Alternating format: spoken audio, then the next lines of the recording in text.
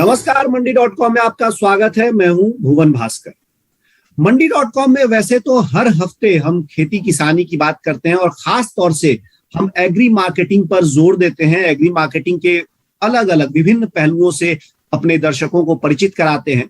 लेकिन हमारे पास कई समय से यानी लंबे समय से कई दर्शकों की ये डिमांड आ रही है कि हम उनको खास तौर से जो state of the art marketing system future and option का है, यानी वायदा बाजार जिसको कहते हैं, उसके बारे में हम थोड़ा उनको और ज्यादा गहराई से विवरण के साथ बताएं। हम अपने पहले के कार्यक्रमों में भी इस पे चर्चा करते रहे हैं, लेकिन हमारे दर्शक चाहते हैं कि जो इसकी बहुत सारी तकनीकी बातें हैं, कुछ अलग अलग पहलू हैं, उन पे हम चर्चा करें और उनको इसके बारे में बताएं ताकि वो भी इसका वास्तव में फायदा उठा सकें काम करने के लिहाज से।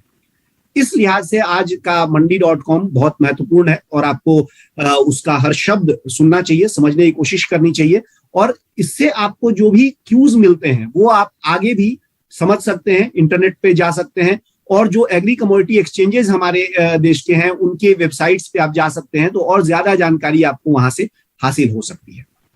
आज की इस चर्चा में एक बहुत ही खास मेहमान हमने अपने साथ जोड़ा है। आपको ये तमाम बातें बताने के लिए उनसे आपका हम परिचय करा देते हैं।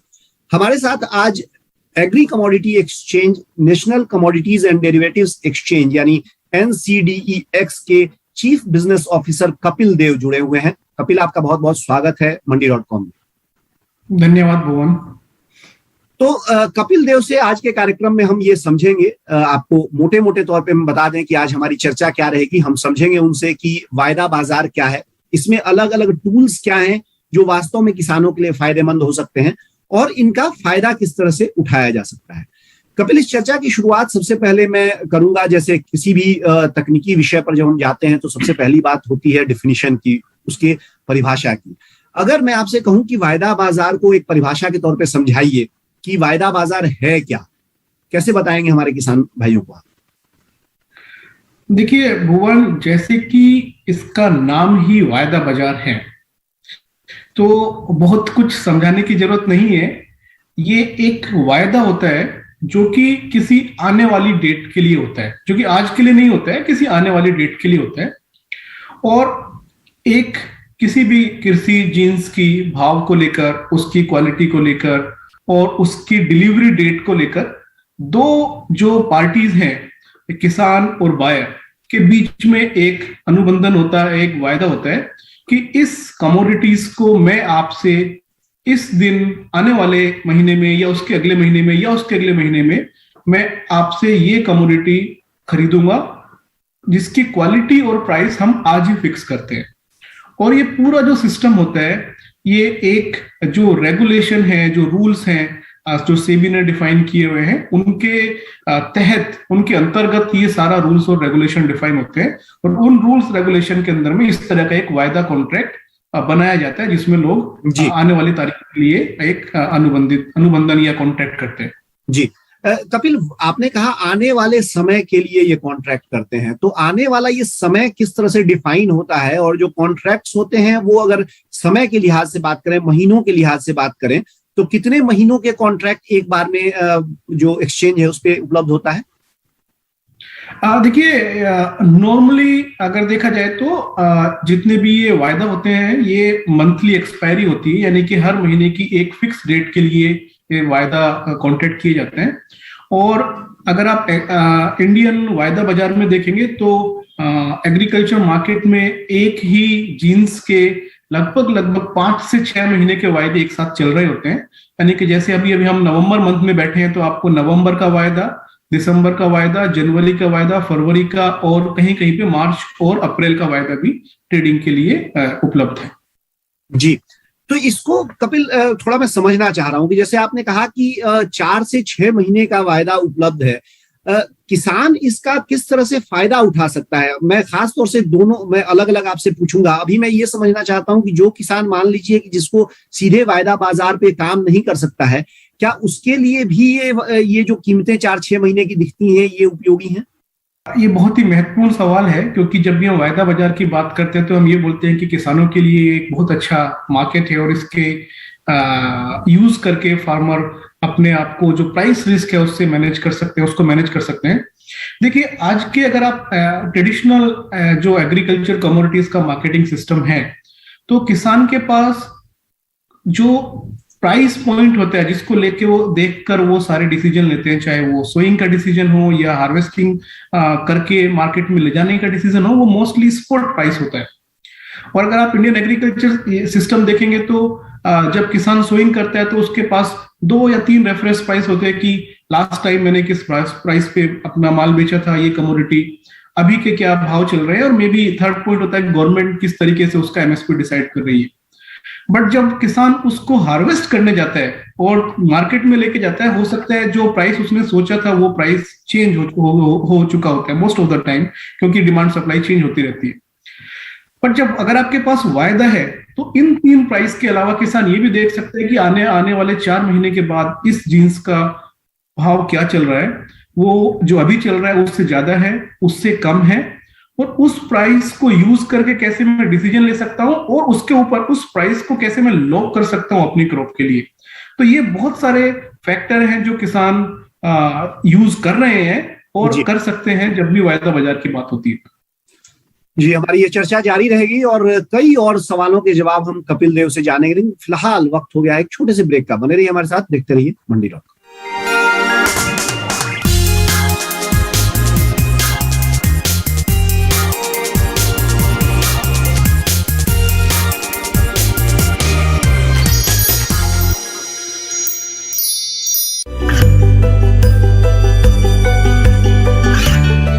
गांवों और पिछड़े क्षेत्रों में सरकारी योजनाओं की जानकारी पहुंचा।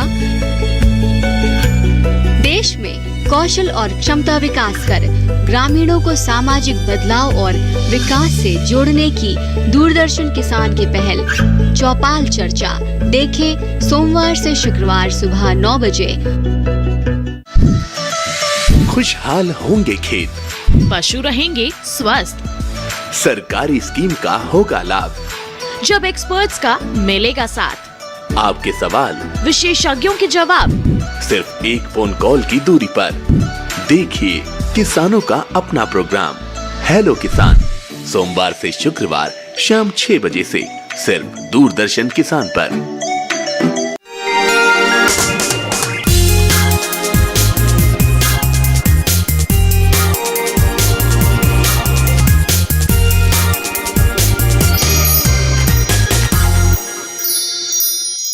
एक बार फिर स्वागत है आपका मंडी.com में। हम बात कर रहे हैं आज वायदा बाजार की और समझने की कोशिश कर रहे हैं कि वायदा बाजार से जुड़े जो विभिन्न पहलू हैं उनका किसान सीधे तौर पे अपने कामकाज में कैसे फायदा उठा सकते हैं। हमारे साथ इस चर्चा में बने हुए हैं एग्री कमोडिटी एक्सचेंज NCDEX के chief business officer Kapil Dev.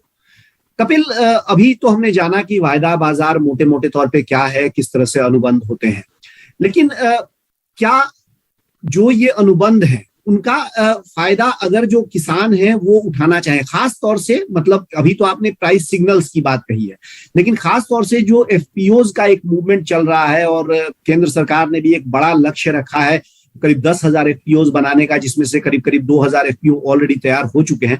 तो ये FPO अगर मान लीजिए इन भावों का और पूरे इस इकोसिस्टम जो आपका एग्री कमोडिटी एक्सचेंज का है उसका फायदा उठाना चाहें, वो क्या कर सकते हैं इसमें? देखिए, बहुत ही महत्वपूर्ण सवाल है भुवन। जो एग्रीकल्चर मार्केटिंग है हमारी आज भी एक फ्रेगमेंटेड मार्केटिंग सिस्टम है, क्योंकि फार्म साइज इंडिया में बहुत छोटा है। उसकी वजह से जो मटेरियल है उसका एग्रीगेशन नहीं हो पाता है और उसकी वजह से उसकी मार्केटिंग भी फ्रेगमेंटेड रहती है। बट FPO आने के बाद अभी एक एग्रीगेशन है वो शुरू हो गया है इंडियन मार्केट में, और FPOs एज ए होल जब वो एक कंपनी की तरह काम करती है, अपने 100 फार्मर या 1000 फार्मर्स जो उनके मेंबर होते हैं उनके पूरे आउटपुट को उनका जितना भी उत्पाद होता है उसकी एक मार्केटिंग करते हैं, तो वो बल्क में उसकी मार्केटिंग कर सकते हैं और उसके हिसाब से ही वो अपनी प्राइसिंग या सारे डिसीजन ले सकते हैं। FPO देखिए, अभी ये जो डेरिवेटिव्स मार्केट है 2 तरह के टूल उपलब्ध कराते हैं, जैसे कि एक आपने बताया वायदा, और वायदा में ही एक होता है फ्यूचर्स कॉन्ट्रैक्ट और एक होता है ऑप्शंस कॉन्ट्रैक्ट। तो FPOs जो अभी यूज कर रहे हैं वो 2-3 तरह के लिए इसको यूज करते हैं। सबसे पहले मैंने बताया प्राइस की एक इन्फॉर्मेशन लेने के लिए कि जिस क्रॉप में वो डील कर रहे हैं, जिस क्रॉप वो सोइंग कर रहे हैं या हार्वेस्टिंग करके उसका स्टॉक उनके पास है, उसके प्राइस आज कल और अगले कुछ महीनों में कैसे चल रहे हैं और किस तरह से उनको उसका डिसीजन लेना है। दूसरा, कुछ एफपीओज ने आगे आके इस मार्केट को यूज करना भी शुरू किया है, जहां पे वो सोइंग के टाइम पे ही या सोइंग या हार्वेस्टिंग से जस्ट पहले अपने प्राइस को लॉक कर लेते हैं वायदा बाजार के थ्रू, और अपनी जो फसल है वो वायदा में बेच देते हैं और अपना हार्वेस्ट से पहले ही अपना एक प्राइस जो उनको लगता है कि ठीक है उनके लिए, वो लॉक कर देते हैं।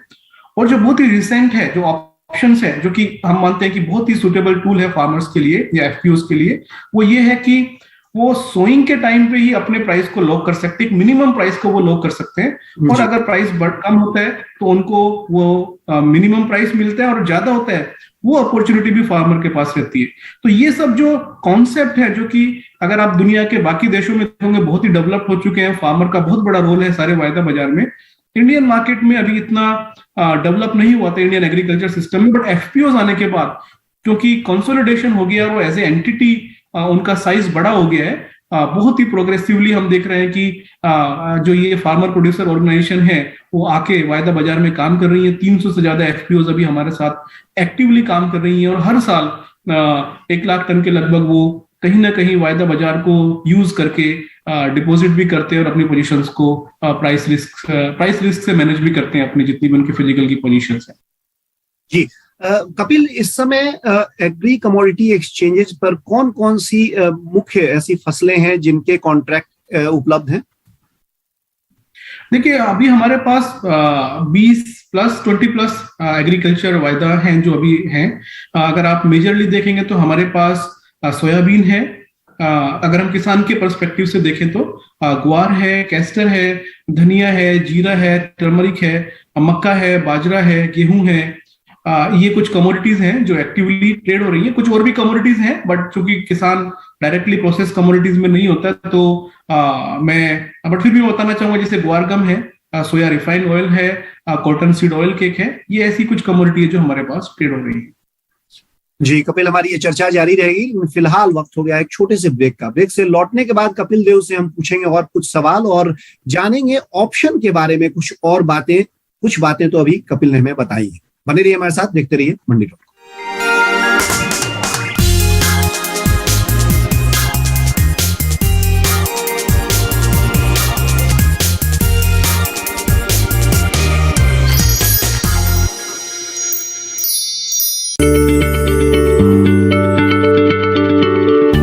क्या आप किसी बीमारी से परेशान हैं?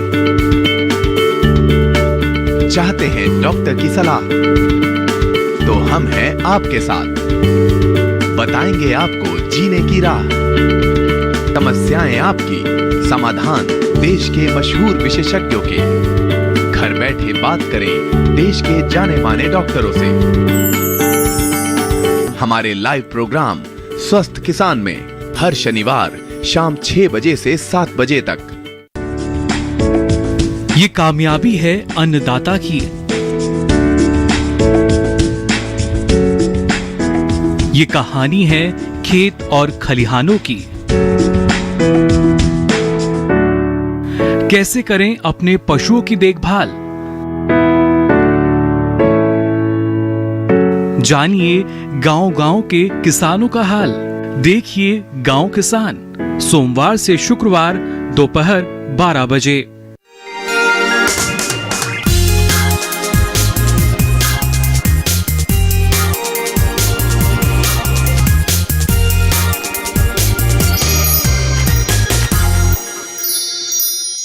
एक बार फिर स्वागत है आपका मंडी.com में। हम बात कर रहे हैं आज वायदा बाजार के बारे में, और किसान किस तरह वायदा बाजार का फायदा उठा सकते हैं, किस तरह से वायदा बाजार पर जो उपलब्ध अलग अलग टूल्स हैं, जो उपकरण हैं, उनका इस्तेमाल कर सकते हैं और अपने लिए ज्यादा बेहतर भाव सुरक्षित कर सकते हैं। साथ ही जो भाव का जोखिम है उसको कैसे कम कर सकते हैं, इन तमाम बातों पर हम जानकारी ले रहे हैं। हमारे साथ इस बातचीत में शामिल हुए हैं आज NCDEX, जो देश का एग्री कमोडिटी एक्सचेंज है, और कुल मिलाकर जो एग्री कमोडिटीज का वायदा कारोबार होता है उसका लगभग 75% हिस्सेदारी NCDEX के पास है। उसके chief business officer Kapil Dev हमारे साथ बने हुए हैं।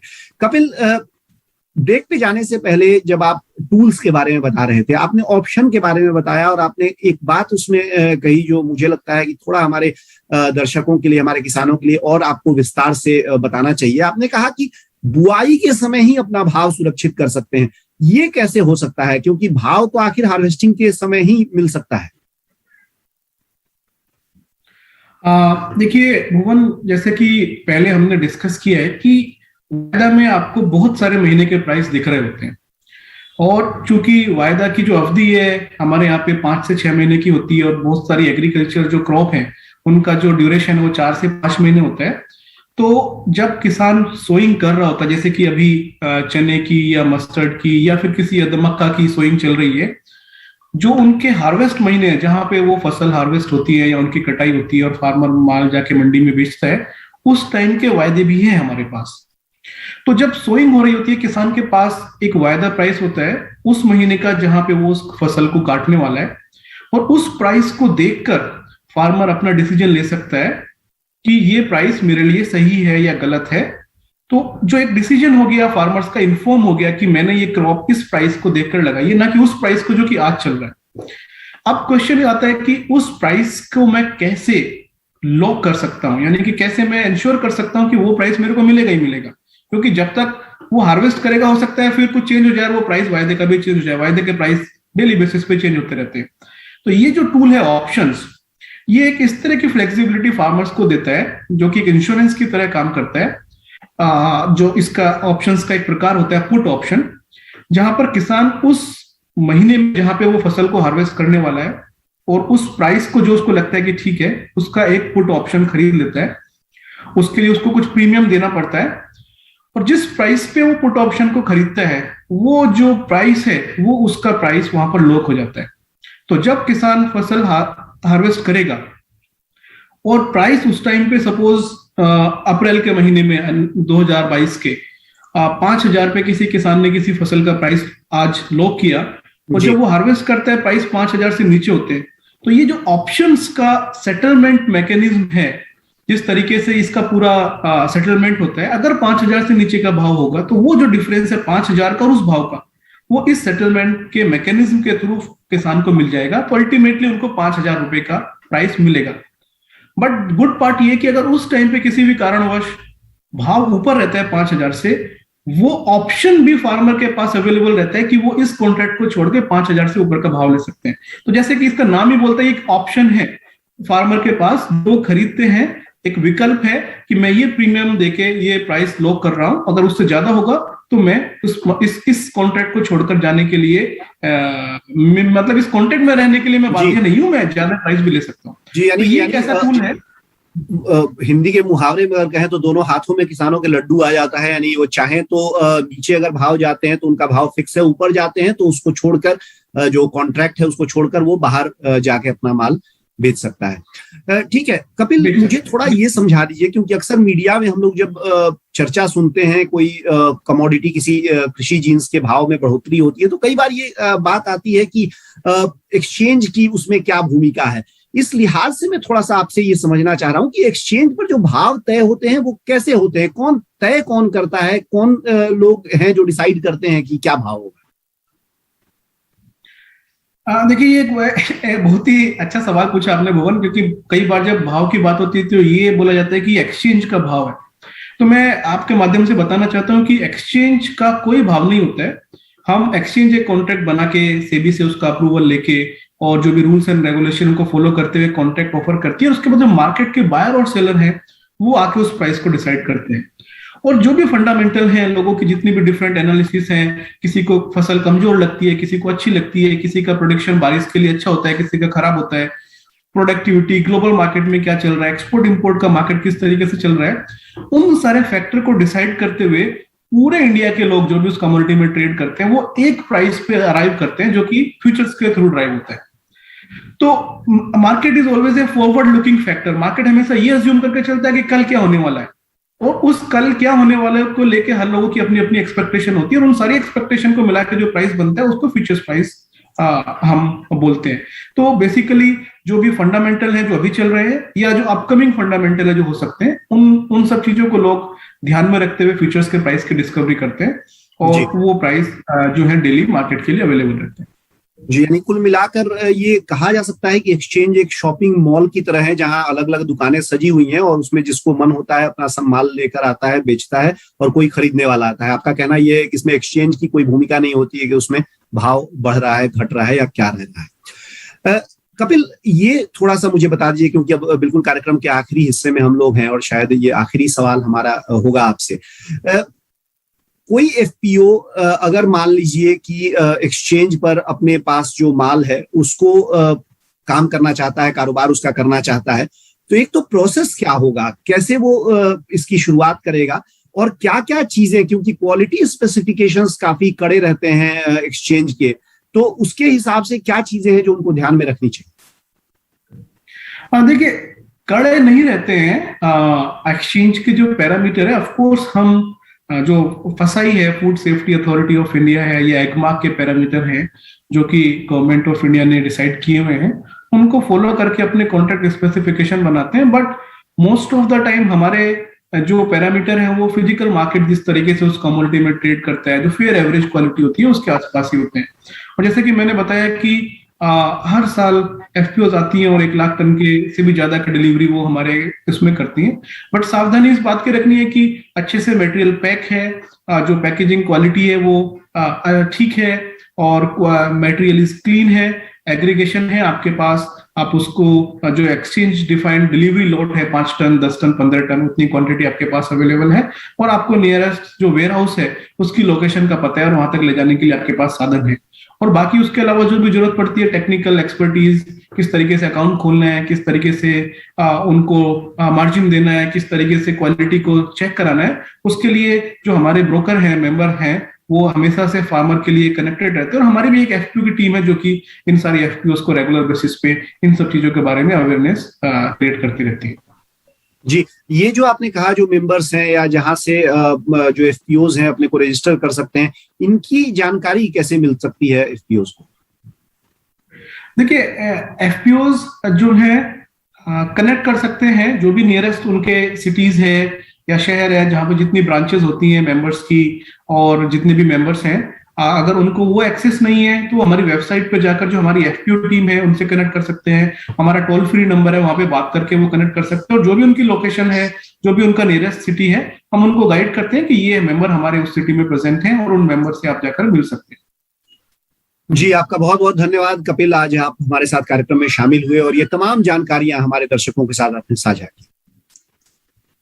ये थे Kapil Dev, chief business officer NCDEX के, जो बात कर रहे थे हमसे वायदा बाजार के बारे में और बता रहे थे हमें कि वायदा बाजार का किस तरह से लाभ जो किसान दर्शक हैं हमारे और जो दूसरे किसान भी हैं वो कैसे उठा सकते हैं।